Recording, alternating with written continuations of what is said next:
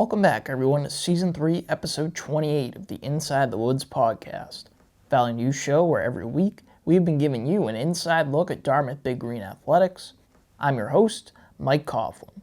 This week we're taking a look at women's tennis and catching up with newly signed Minnesota Vikings offensive lineman Delby Lemieux for a bonus third interview. First, the women's tennis team wrapped up their season on April 19th, falling to Columbia at home 4-0.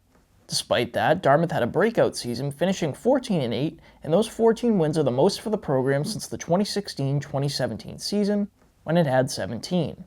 Additionally, for the season they had multiple athletes recognized in last week's release of Ivy League awards. Notably, Peyton Capuano was named the Ivy League Women's Tennis Player of the Year, while Michaela Moore, Alexandra Orleans, and Sam Grosjean received second-team All-Ivy doubles honors. Capuano was also named to the first-team All-Ivy singles and second-team All-Ivy doubles squads, while being Dartmouth's academic All-Ivy recipient. On this week's show, I have the reigning Ivy League Women's Tennis Player of the Year, junior Peyton Capuano, to talk about her accolades, and head coach Bob Dallis to talk about his program that has been picking up momentum in recent seasons. But that's not all. We also have Big Green standout offensive lineman Delby Lemieux on the show, who wrapped up his senior season this past fall, to hear how he is doing after signing with the Vikings over the weekend as an undrafted free agent.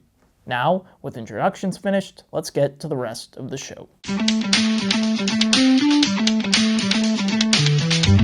Joining me on the show is Big Green women's tennis coach Bob Dallis. Bob just wrapped up his 24th year as head coach for Dartmouth women's tennis, and his squad finished 14-8 this season. Hi Bob, thanks for joining the show. Thanks, Mike. So, on April 19th, your squad wrapped up the season finishing with 14 wins, which is the most by the program since the 2016-2017 season when it had 17. What were your main takeaways from this season?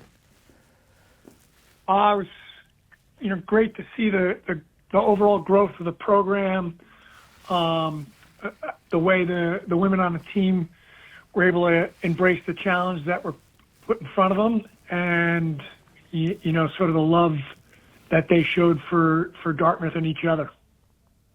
Right, and, you mentioned kind of, the progress of the program. Your squad has increased its win total every year since the 2022-2023 season. What do you attribute this seemingly growing momentum in the program to?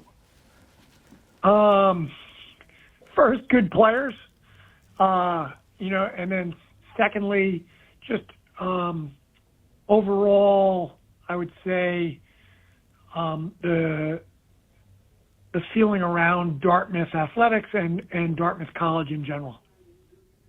Right, and you mentioned it, good players. Also on the show this week, I have junior Peyton Capuano, who was recently named the Ivy League's Women's Tennis Player of the Year. Additionally, other athletes such as Michaela Moore, Alexandra Orleans, and Sam Grosjean received Ivy League recognition last week. Could you speak to what these athletes were able to bring to your team this season?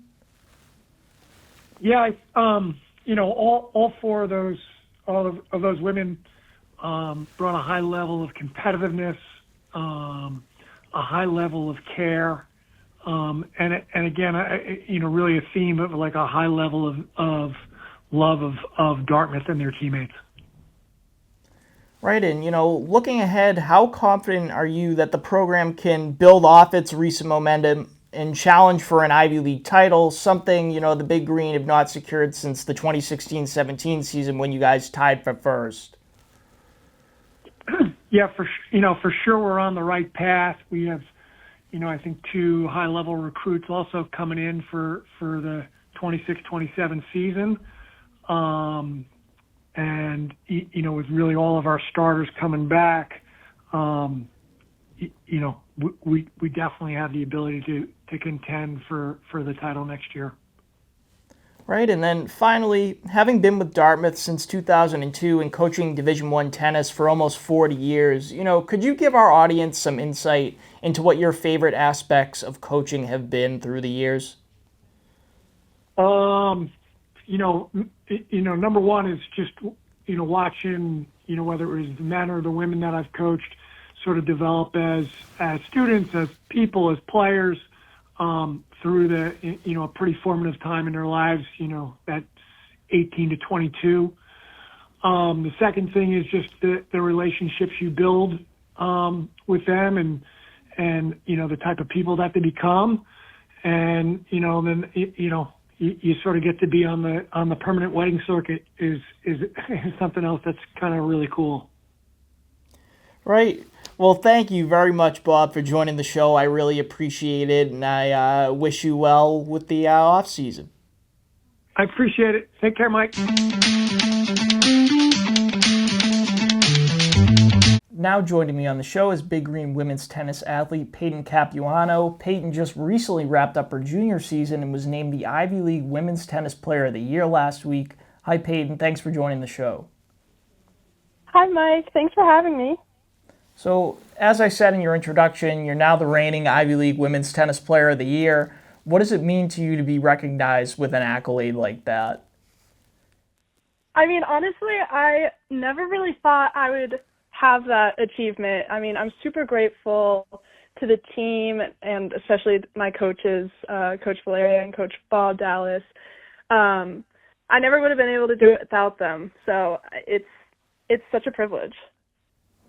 Right, and this season, not only were you 13-4 in number one in singles, but you also had a strong record in doubles with Michaela Moore. Could you talk a little bit about the connection and chemistry you and Michaela fostered to have such a strong season in the number one doubles position? Yeah, so actually, funny story is my junior year of high school, I went on my official visit, and Michaela was the girl visiting with me. And we kind of had no idea that we were both going to end up here until months later. But I've been playing doubles with Michaela since beginning of my freshman year. And, she's lefty and I'm righty, which is always a classic, fun pairing. And we just have fun together. I mean, we have very different play styles. I'm more of a hard hitter, and she has better hands than me at net. She, closes out the points more. But yeah, we just kind of have fun and try our best, and we've really gotten to know each other's games and what shots we like to hit. So, yeah.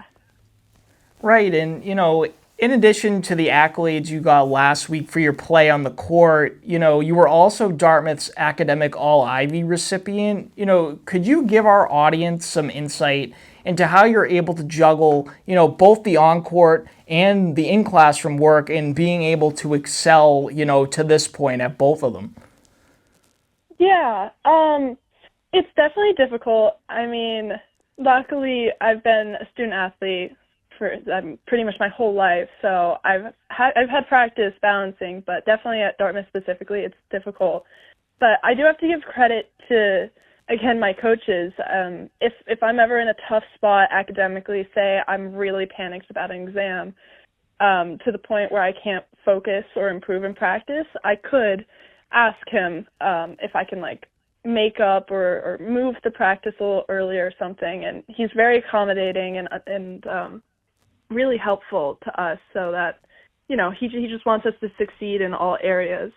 But yeah, it's definitely hard, time consuming, and it can feel like a lot. Like at one point it might feel like all I'm doing is tennis and school, but it's definitely worth it, especially with such a special bond the team has together.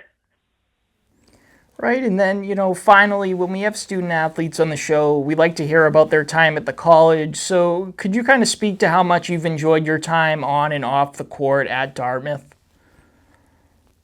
Yeah, of course.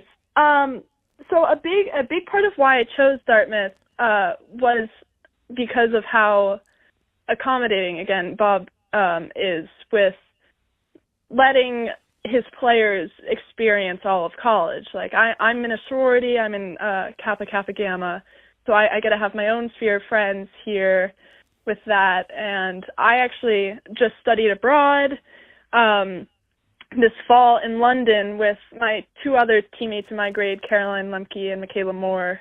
We all went together, which I haven't heard of another D1 program that allows their players to do that and experience, what non-athletes get to experience in college. So yeah, I feel like I'm just so grateful to be at Dartmouth and to have the coaching staff and the team I do, so that I can really experience all aspects of college on and off the court. All right. Well, thank you very much for joining the show, Peyton. I really appreciate it, and I wish you luck, with the rest of the school year and going forward into next season. Thank you so much. It was great talking to you. Here with me on the show is standout Big Green offensive lineman Delby Lemieux, who wrapped up his senior season this past fall and is now one of the newest members of the Minnesota Vikings after signing with them as an undrafted free agent. Hi, Delby. Thanks for joining the show. Hey, how you doing, Mike? Happy to be here. Thank you. So, your signing with the Vikings was announced on Saturday. Can you give our audience some insight into what the last few days have been like for you and how you're feeling now having signed with a team in the NFL?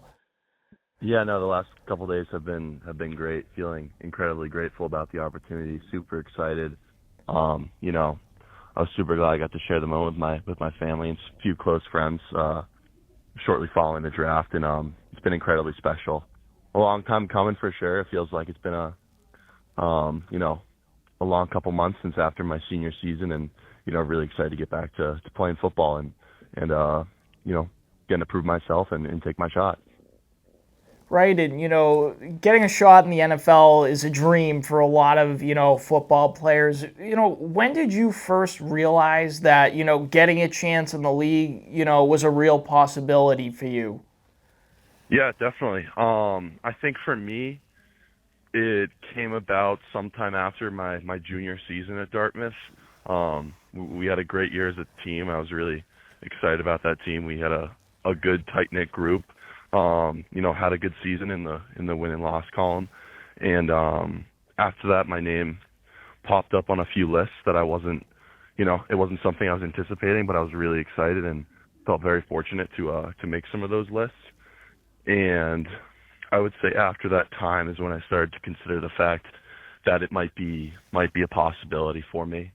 And going into my junior spring football season, that spring ball season, is when I really committed to it and was like, I want to take my shot and I want to make the most of it.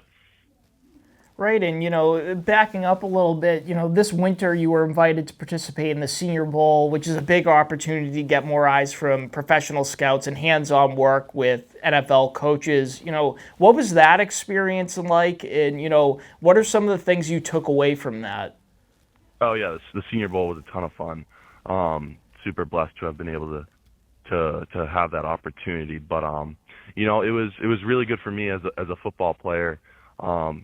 Being in the FCS level of D1 football in the Ivy League and getting to go down there and compete with guys from Power 4 programs, and also getting to move inside and play some center for the first time. So I think it was really good for me developmentally and getting in front of some of those coaches from the NFL, and for me, one, proving that I could hang with higher competition and hold my own out there, but also show that I was a versatile player and that I could make the switch from playing left tackle for several years here at Dartmouth to moving inside and playing a new position.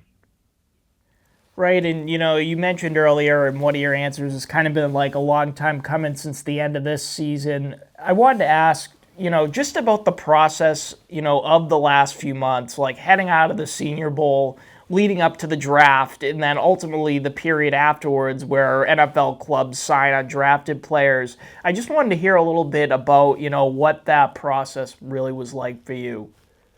Yeah, it was a great process. I think something that sticks out to me when I think about it is the people that I got to meet and spend my time with. As you mentioned, the Senior Bowl, the gym I worked out with this winter to prepare for the Combine and Pro Day, workouts, X3 performance with Jordan Llewellyn. They were awesome. The other guys in the draft process I got to work out with were great, and I made some great connections with them. But it's a long road, and it was definitely a long road for me. And trying to keep a strong focus on the goals that myself and all the guys I was working with are trying to achieve, and getting to do that with another group of guys was really special. And I think we were able to motivate each other in the process. So being down there and then, getting to do my pro day at Boston College, and see the work come to fruition in some of my numbers. And then of course, around comes the draft this past April. And it was I was really fortunate to come out on the other side having signed with the Vikings. So really excited about it. Right, and then, finally with, rookie mini camps coming up and you joining the team, I just wanted to ask a little bit, about what your mindset is heading in. Obviously, this is a big deal, but, just, your mindset going in to try and make a name for yourself, among, the rookie class, the roster itself, especially, considering you mentioned it earlier, at the Senior Bowl, they, you would switch to the interior of the offensive line, just kind of your mindset going in and, now that you have the opportunity, at the NFL level. Yeah, absolutely. I think some things I'm thinking about now are, taking it one day at a time. Something we always talked about in our O-line here was, you can't get too caught up in the long-term part of the game. You got to take it one series, one play, one step, one rep at a time. And I think I'm going to try and take that mentality with me as I move out to Minnesota here soon. So that's something I think I'll carry with me. And as well, I think, being confident in myself as a player, both on the field and mentally, to do what I'm supposed to do and execute my assignment to build confidence, to build, other guys' confidence around me, and that I know what I'm doing. All right, well, thanks very much for joining the show, Delby. I really appreciate it, and I wish you luck going forward. Thank you so much. I appreciate you too.